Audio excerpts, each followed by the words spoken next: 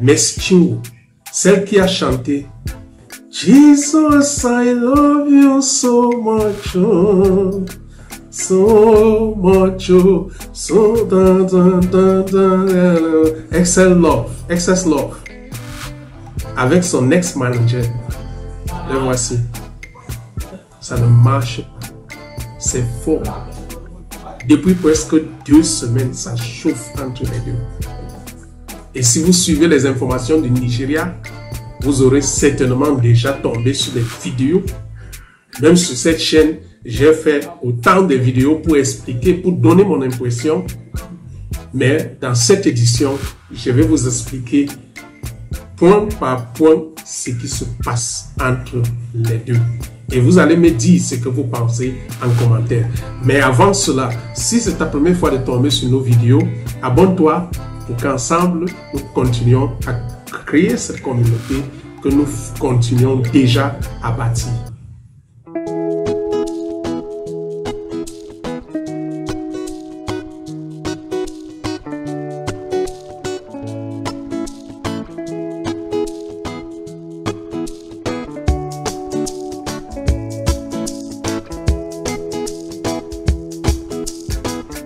Alors, pour ceux qui ne connaissent pas Mercy Chinwo, la voici.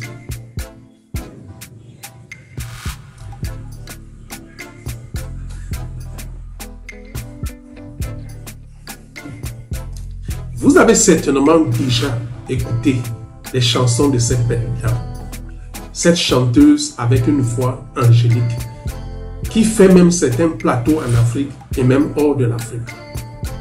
Alors, Mercy Chinwo est une chanteuse gospel du Nigeria.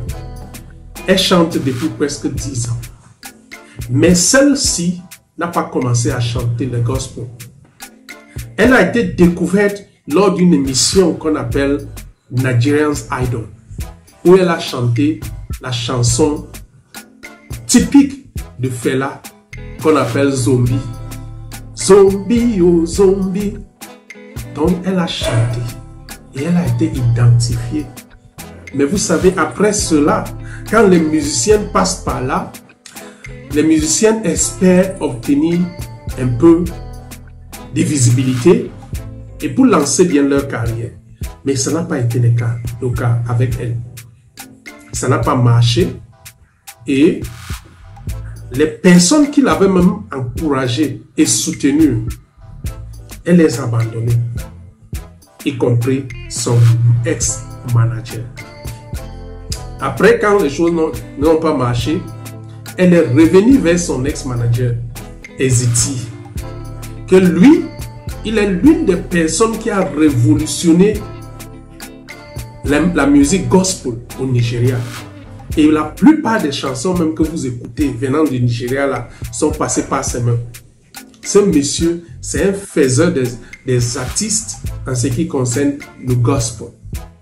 Alors, Mercy est revenu avec des personnes qui sont venues le supplier pour qu'il prenne Mercy sur ses ailes, pour qu'il accepte de prendre Mercy, quel que soit ce que Mercy avait fait du passé. Et pour cela, le gars a accepté et vous savez, elle est devenue son manager.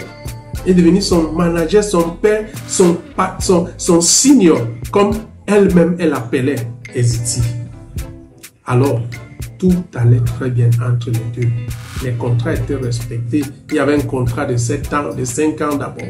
Après, ils ont renouvelé et tout a commencé à aller très mal quand cette fille s'est mariée à son mari, que vous voyez.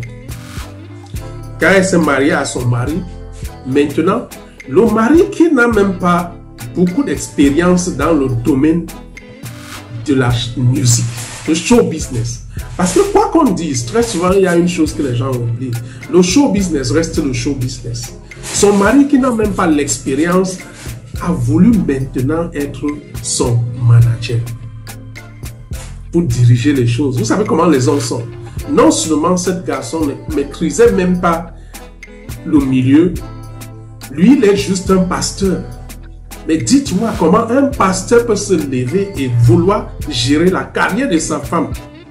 Maintenant, Messi est obligé de demander l'arrêt de contrat avec son ancien, avec son manager. C'est là où les problèmes ont commencé. Et ces problèmes ont commencé parce que le manager a constaté que Messi faisait les prestations seul, en solo. Vous savez comme ce qui se passe souvent dans le milieu des musiciens. Certains musiciens ne savent pas que quand tu signes sur une production, tu n'es plus autorisé à faire des choses seul. Et selon le contrat, c'était prévu que Messi, toutes ses prestations, ça passe d'abord par le manager avant elle. Mais ce n'était plus le cas. Et la plupart de ces prestations, c'était dans les églises, c'est-à-dire un pasteur pouvait prendre son téléphone, appeler Messi et dire à Messi, oh, ok, je veux que tu viennes prester dimanche dans mon église, je vais te donner peut-être 200 000 naira ou bien cela. Messi va accepter le lendemain, elle est partie sans même dire au manager. Le manager a notifié officiellement Messi en disant à Messi que ce que tu fais là n'est pas bien. Pour cela, je vais retenir tout ce que je devais te payer jusqu'à ce qu'on va faire le point de tout l'argent que tu as perçu dehors sans passer par moi. Et maintenant, on va faire l'état. Si c'est moi qui dois te compléter l'argent, je vais te compléter l'argent. Si c'est toi qui dois me compléter l'argent, tu vas me compléter l'argent. Alors les amis, à partir de ce moment-là, Messi a décidé qu'elle va arrêter le contrat. Et c'est là où les véritables choses commencent. Je continue. Mais avant cela, si c'est ta première fois de tomber ici, abonne-toi pour qu'ensemble, nous continuions à augmenter cette chaîne et pour que nous faisons aussi les vidéos que nous faisons là. Et si tu penses que tu peux soutenir notre travail, tu peux le faire en commentaire et puis on va te contacter. Alors les amis, le gars décide donc, il dit, ok, comme tu as décidé de partir, c'est normal. Il est vrai qu'on devait faire un abonnement qu'on n'a pas fait, mais faisons le point. Le gars a engagé des avocats pour un arrangement à l'amiable. Et quand Messi a constaté que l'arrangement à l'amiable, ça ne va pas l'arranger, elle a utilisé un oncle qui travaille à la police, ce qu'on appelle au Nigeria EFCC. EFCC, c'est une police qui est spécialisée dans tout ce qui concerne l'argent au Nigeria. Elle a engagé cet oncle. Cet oncle a invité son manager. Le manager en partant savait que bon, comme ça se passe dans le milieu musical, que souvent quand il y a les mésententes, ça se discute et puis un terrain d'entente est trouvé. Le gars est parti et Messi est allé là où son oncle travaille. Là où son oncle travaille au Nigeria, ça à Ilorin, alors qu'ils sont à Lagos. Vous voyez comment ça se passe. Normalement, quand vous êtes dans la même ville, vous fassiez quelque chose dans cette ville, c'est là où vous devez gérer l'affaire. Par exemple, on ne peut pas être tous deux à Douala et qu'on fait une affaire et qu'il y a un problème. Tu prends par exemple, tu pars à Yaoundé. On ne peut pas être à Cotonou, par exemple, on a un problème. Tu pars à Parakou, c'est qu'il y a un problème. Juste parce que tu as une personne là-bas. Et quand le gars pardonne, le gars est arrêté.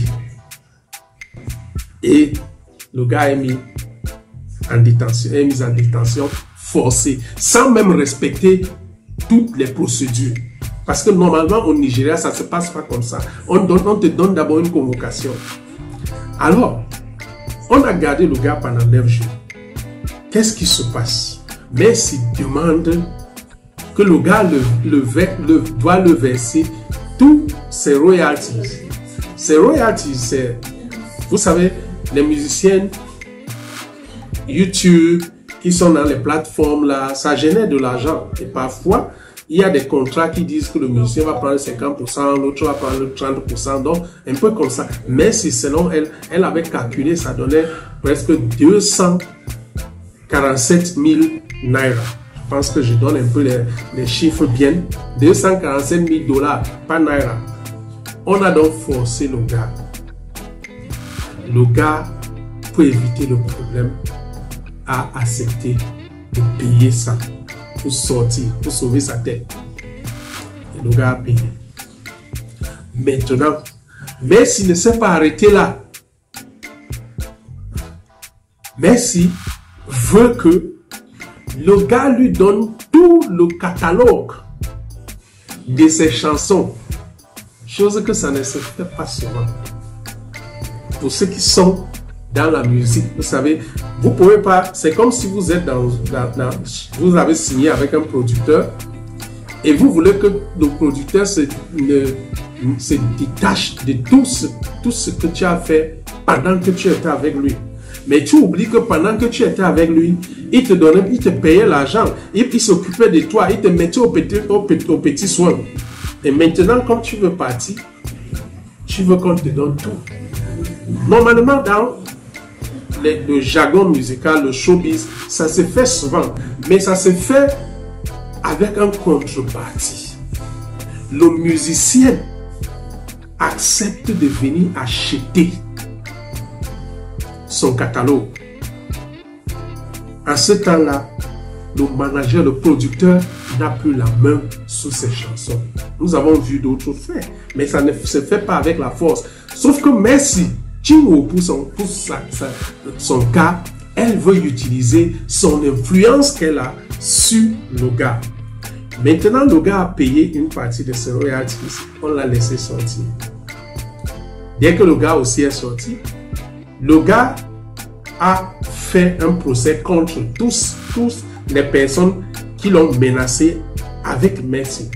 Mais il a fait cela en SIA, comme ça se dit au Cameroun, sans faire de bruit. Parce qu'il savait que s'il fait de bruit, ça va faire tellement quelque chose de mauvais et ça ne sera pas bien. C'est là alors que Messi Chinwo décide encore de rentrer voir son oncle.